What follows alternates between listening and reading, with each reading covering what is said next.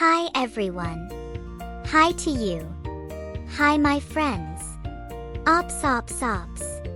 Welcome to Plush Life. Thank you to you all for being with today and letting me share my lovely and touching story.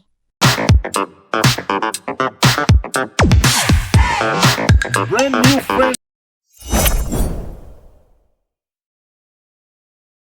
My name is Fisco, and I'll be so glad to introduce my best friend and my new home. It was a summer Sunday, the kind of day when the air felt heavy but the sunlight seemed endless. Tom didn't mind. He had made a habit of enjoying his weekend errands, turning them into little rituals of comfort. Grocery runs gave him structure, a reason to get out of the house, even if he always went alone. On this particular Sunday, Tom walked into Walmart as he usually did, calm, focused, with a small list folded neatly in his pocket. Bread, milk, maybe some fruit. Nothing out of the ordinary.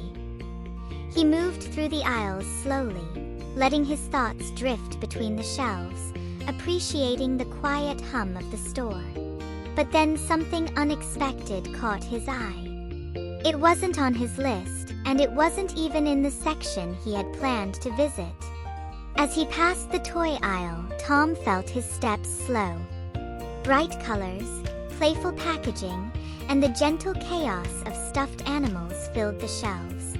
Normally, he would have walked right by, but today there was something different, something that tugged at his attention.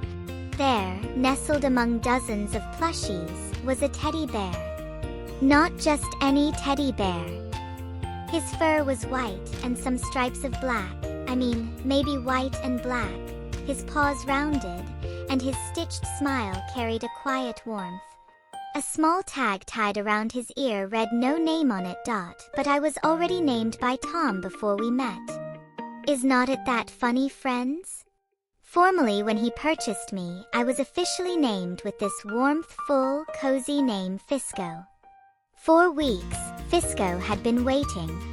Day after day, he sat on the same shelf, watching as children hurried past with their parents. Some picked up dolls, others grabbed plastic cars, but none stopped for him. Yet deep down, he held on to hope.